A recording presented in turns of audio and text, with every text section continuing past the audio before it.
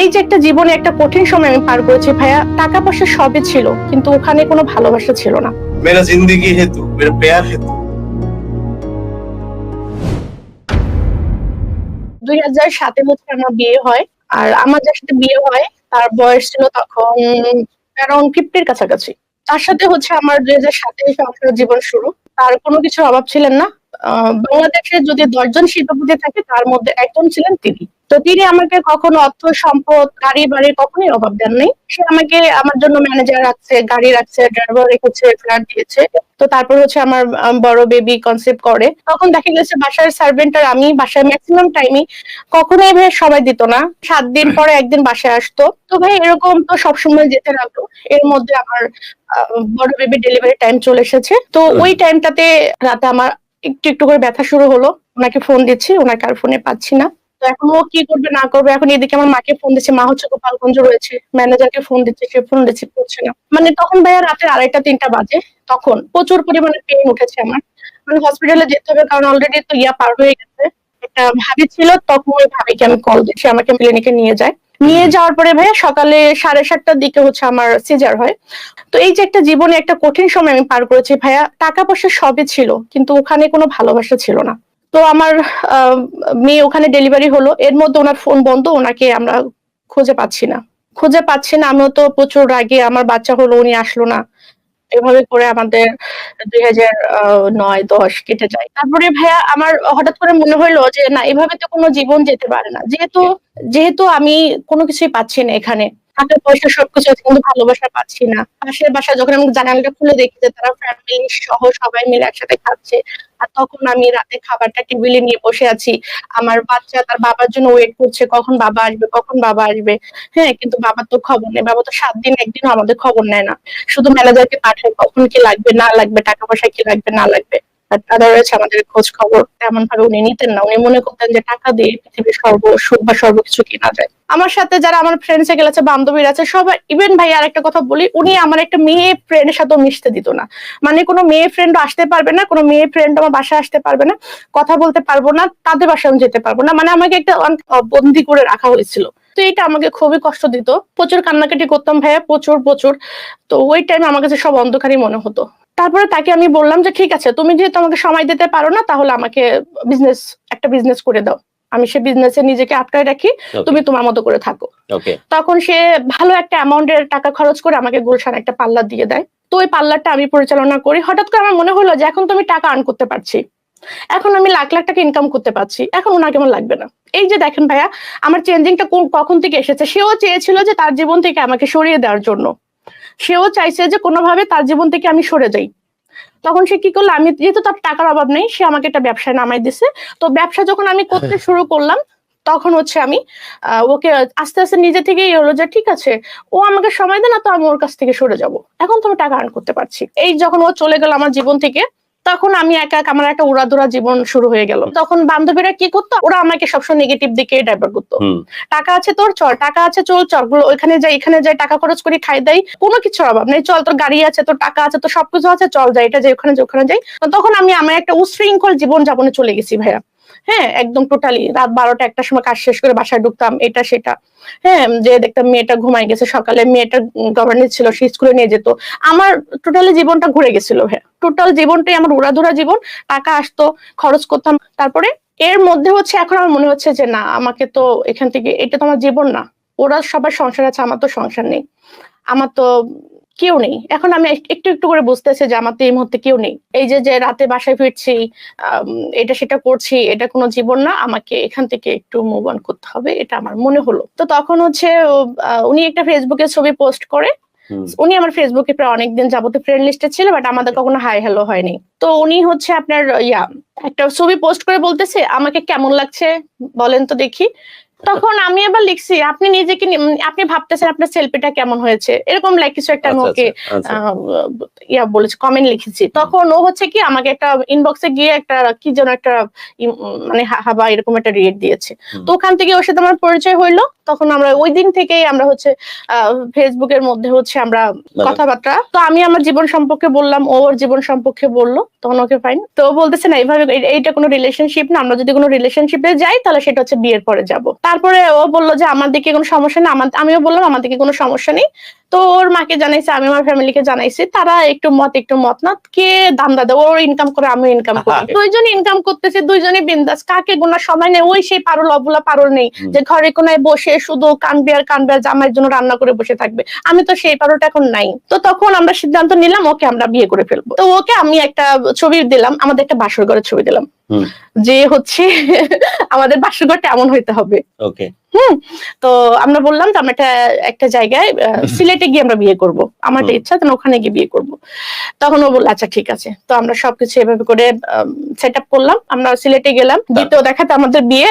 তারপরে তো আমরা ওখানে 7-8 দিন ছিলাম, তারপর ঢাকা আসলাম। তো বলতেছে 2-3 মাস সংসার করার পরে বলতেছে যে তোমাকে কুমিল্লাতে নিয়ে যাব, তোমার এই বান্ধবীর কাছে রাখবো না, কারণ আমি আপনাকে বলেছি যে আমার একটা উড়াধুরা লাইফ ছিল, তো তোমার বান্ধবীর মধ্যে রাখবো না, তোমাকে আমি নিয়ে যাব কুমিল্লাতে। তারপর থেকে তো আমরা সুন্দর চলতেছি আমাদের, আমরা কুমিল্লাতে সেটেল হলাম। আমি ঢাকার পার্লারটা ছেড়ে দিলাম, ও বললো তোমাকে আমি কুমিল্লাতে বিজনেস করিয়ে দিব, তুমি ওটা ছেড়ে দাও। তো বেশ ভালো একটা অ্যামাউন্টে পার্লারটা বিক্রি করতে পারলাম। তো বিক্রি করে আমি ওখানে সেটেল হয়ে গেলাম। তারপর হচ্ছে আমার ছোট বেবিটা আসলো। কুমিল্লা আসার পরে এখন যেহেতু আসলে ওর কোনো রিলেটিভ কুমিল্লায় নাই, সেটা ওভারকাম করার জন্য আমি ওকে সব ধরনের মেন্টাল সাপোর্ট বলেন, মানে কোথাও ঘুরতে নিয়ে যাওয়া, আমরা বোধহয় বাসায় এমন গেছে যে 5 বার কক্সবাজার গেছে, কখনো যাতে নিজেকে মানে লোনলি ফিল না করে। অ্যাজ এ হাজবেন্ড হিসেবে আমি আমার সর্বোচ্চটা ওকে দেওয়ার চেষ্টা করছি। জানি না কতটুকু মানে সাকসেস হয়েছে সেটা ওই বলতে পারবে, ঠিক আছে। আর যেহেতু ওর মেয়েটা ওর সাথে ছিল, ওকে আমি আমার মেয়ের মতো করে নিয়ে গেছি, ঠিক আছে। এটা একদম সত্য কথা। প্রথম ঘরের যে মেয়েটা, ও ওর বাবার জন্য খুব কান্নাকাটি করতো, কিন্তু কখনো বাবাকে দেখতে পেত না।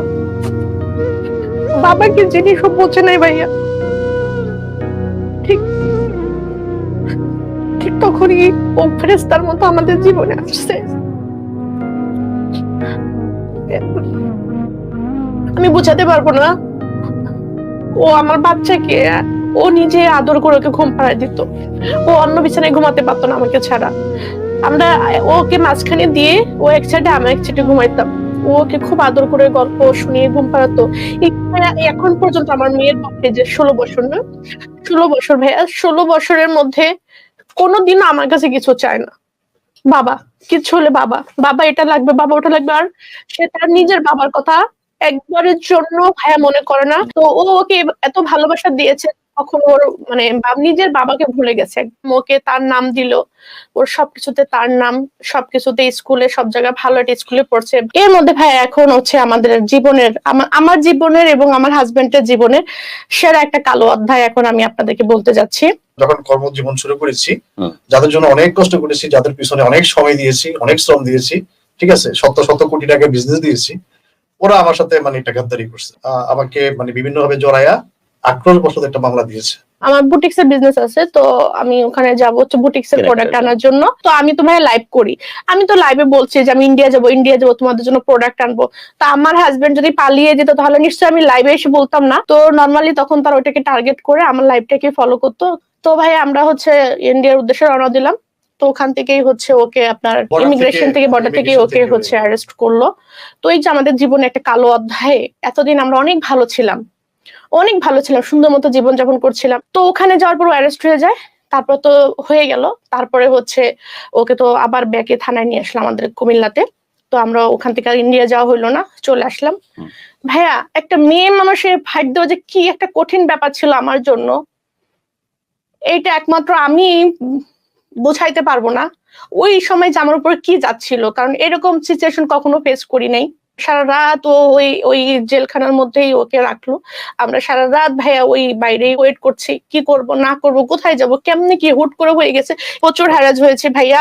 তো ভাইয়া প্রথমে 4-5 দিন আমি আমার মতো করে ফাইট দিলাম। এদিকে গাইডলাইন দেওয়ার মতো কেউ নেই যে সে গাইডলাইন দিবে। কোনো কারণে আমার ফ্যামিলি, আমি একটু লাইফ টাইপ করে এই জন্য আমার প্রতি একটু রাগ বা অভিমান আছে, এই জন্য ওর প্রতি একটু রাগ আছে যে তুই বউকে কেন সাপোর্ট করিস, এরকম সামথিং কিছু একটা হবে। ফ্যামিলি থেকে চাপ আসলো, অনেক থেকে শুনতেছে যে তোমার জন্য এগুলো হয়েছে, তোমার জন্য হয়েছে। আরে বাবা আমার জন্য কি হলো, আমি তো শুধু লাইভই করি, আমি আমার বিজনেসের লাইভ করি, কোথায় যাচ্ছে আমি তো কিছু জানতাম না। তো সবাই ব্লেম দিতে শুরু করলো যে আমার লাইভের কারণে তার এরকম হয়েছে। আমি আমার শাশুড়িকে ফোন দিলাম যে আম্মা, তো আম্মা আমাকে এইভাবে একটা ব্লেম দিয়ে হচ্ছে ফোনটা কেটে দিল। প্রথম থেকে ও পুরো হেল্পলেস ছিল, মানে ও কি করবে না করবে, আফটার অল আমরা তো হাজবেন্ড ওয়াইফ, ঠিক আছে? এখন আমি বাসার বাইরে, ছোট একটা বেবি আছে আমাদের, আর একটা বেবি আছে, দুইটা মেয়ে, ঠিক আছে? ও পুরুষ লোক বলতে কেউ নাই। পরবর্তীতে একটু দেরিতে হইলেও সবাই মোটামুটি সাপোর্ট দিয়ে এখান থেকে আমাকে বের করে আনছে, ঠিক আছে? বাট এটার জন্য, এটার পিছনে মূল ভূমিকা হচ্ছে ওর। ভাইয়া 36 রাত, মানে আমি 36 বছরের মতো গেছে, যে কি একটা অনুভূতি কাউকে বোঝাতে পারবো না। চোরের বউ, অমুকের বউ, তমকের বউ, বাটপার, মানে যার যেটা ইচ্ছা সে সেটা বলতে শুরু করলো। তারপরে ভাইয়া ওকে মনে হয় 2 দিন পরে, 1 দিন পরে তোমাকে কোর্টে নিয়ে নিল না? ও যে ও মানে একটা আসামিকে যেখানে রাখে ওই জায়গাটা দেখে তো ভাই আমি সেন্সলেস হয়ে গেছি, যে আমার হাজবেন্ড যে স্বর্ণের চামচ মুখে নিয়ে বড় হয়েছে, যে এসি ছাড়া ঘুমাইতে পারে না, গাড়ি ছাড়া চলতে পারে না, ভালো ড্রেস ছাড়া চলতে পারে না, যে বাসায় ঢুকে যদি একটু সোফাটা দেখে যে এরকম বাঁকা হয়ে আছে ওইটাকে ঠিক করবে, যে যদি বিছনাটা একটু নোংরা থাকে সে বিছনাটা সাথে সাথে ক্লিন করবে, সেই মানুষটা কিভাবে এইখানে রাত যাপন করবে? আমি ওর জানালার কাছে গিয়ে দাঁড়াই আছি, ভাই আমার স্বামীর কাছে আমাকে একটু দাঁড়াইতে দেন, একটু দাঁড়াইতে দেন। তো ভাইরাও খুব ভালো ছিল, খুব হেল্পফুল ছিল, তারাও আমাকে অনেক হেল্প করছে, যে একটা মেয়ে মানুষ এত রাতে এখানে দাঁড়াই আছে। তো আমাকে যথেষ্ট সাপোর্ট করছে, সেসব ভাইদের অনেক ধন্যবাদ যারা আমাকে অনেক সাপোর্ট করছে। তারপরে তো ওকে পরের দিন ওখান থেকে নিয়ে গেল। তারপরে আমি আমার অনেক শখের গোল্ড আমি বিক্রি করে দিয়েছি আমার হাজবেন্ডের জন্য। তারপরে ভাইয়া কোনোভাবে ওকে বের করতে পারলাম, ও বেরিয়ে আসলো। আমাদের কষ্টের দিনগুলো আস্তে আস্তে শেষ হতে লাগলো। ও বেরিয়ে আসলো, ওকে কিছুদিন রেস্ট দিলাম, ওকে কক্সবাজার নিয়ে গেলাম, ওকে ঘুরাইলাম, ওকে মেন্টালি সাপোর্ট দিলাম, ওকে আবার ওখান থেকে বের করে আনলাম। এনে ওকে বললাম যে আমাদের এখন অনেক পরিশ্রম করতে হবে, কারণ আমরা 5 বছর পিছিয়ে গিয়েছি। এই 5 বছরকে আমাকে যদি সামনে আনতে হয় তাহলে আমাদেরকে কঠোর পরিশ্রম করতে হবে। কে কি বলবে না বলবে সব পিছনে তাকাবো না, কোনো দিকে আমরা শুধু সোজা যাব, কোনো দিকে তাকাবো না, শুধু সোজা যাব। আমার জিদ, যখন ওর সাথে দুর্ঘটনাটা ঘটলো তখন আমাকে অনেকে হেও করে অনেক কথা বলছে। এই যে একটা জিদ আমার মনের মধ্যে চাপলো ভাইয়া, যে আমি কিছু করব এবং করে দেখাবো। তারপর থেকে ভাইয়া অনলাইন বলেন, প্রচার বলেন, আমাদের লোকাল চ্যানেল গুলো বলেন, যেটা বলেন, যেভাবে সম্ভব হয়েছে আমি আমার ব্যবসাকে প্রচারের জন্য যা করার আমি করেছি। তারপরে ভাইয়া আমার একটা জিদ চাপলো, ওই যে ও যখন ভিতরে গেল তখন আমার একটা প্রতিষ্ঠান ছিল, ও বেরিয়ে আসার পর আরো 2টা প্রতিষ্ঠান দিয়েছি আমি। আমার একটা ব্যবসা থেকে আলহামদুলিল্লাহ 3টা ব্যবসা দিয়েছি 3 বছরে। যারা আমাকে নজরআন্দাজ করেছিল, যারা আমাকে ছোট করেছিল, আমি তাদেরকে দেখিয়ে দিয়েছি যে আমিও বিজনেস করতে পারি, আমিও সফল হইতে পারি। বিশ্বাস করেন ভাই, এখন আমি আমার পার্লারে কাস্টমার জায়গা দিতে পারি না। আপনারা আমার ভিডিও গুলো দেখলে বুঝতে পারবেন। আমার বুটিক্স এর জন্য কখনো ফিরে তাকাতে হয় নাই, কারণ বুটিক্স আমার প্রোডাক্ট নেওয়ার সাথে সাথে সব সোল্ড আউট হয়ে যায়। কাস্টমারের যে পরিমাণে ভিড়, এখন আমি আরেকটা পজিশন খুঁজতেছি, আমি আরেকটা পার্লার দিব, ব্রাঞ্চ বাড়াবো। আমার হাজবেন্ডকে ছোট করার জন্য না, আমি আমার হাজবেন্ডকে দেখছি, আমার 2 বাচ্চাকে দেখছি, আমি আমার নিজেকে দেখছি, আমার 20টা স্টাফ দেখছি, আমার বাসায় 3টা সার্ভেন্ট দেখছি, আমার ড্রাইভার দেখছি, এবং আমার যারা কেয়ারটেকার আছে আমি তাদেরকে দেখছি। মোটামুটি আমি এখন 40 জন মানুষকে বা ফ্যামিলি আছে তাদের চাইতে বেশি আমি দেখছি এখন। আমি আপনাকে কিছু কারণে অনেক ধন্যবাদ দিতে চাই। ধন্যবাদ এই কারণে দিতে চাই, সেটি হচ্ছে যে এমন একটা মেয়েকে আপনি আপন করে নিয়েছেন। ধন্যবাদ এই কারণে দিতে চাই, যখনই বৃষ্টি হয়েছে তখন আপনি ছাতা ধরেছেন। ধন্যবাদ এই কারণে দিতে চাই যে একজন মা, সৎ মা, সৎ বাবা শব্দটা আপনি অভিধান থেকে মুছে ফেলেছেন। যে মা সে গ্যারান্টি দিয়ে, সার্টিফিকেট দিয়ে বলল যে এমন যত্নের বাবা হতে পারে না। মানুষ হিসেবে যে আপনি অদ্ভুত ধরনের, অসম্ভব রকমের ভালো মানুষ, আপনার এই মানবিক দিকটা আমাকে দারুণভাবে প্রভাবিত করেছে। সাপোর্ট দিচ্ছে দেখে ভাইয়া আমি এগিয়ে যেতে পারছি। যিনি এখানে বসা আছে, তিনি হচ্ছে আমার জীবন মরণ সবকিছু। প্রিয় ফুল হচ্ছে গোলাপ ফুল, মেরা জিন্দেগি হে তু, মেরা প্যার হে তু।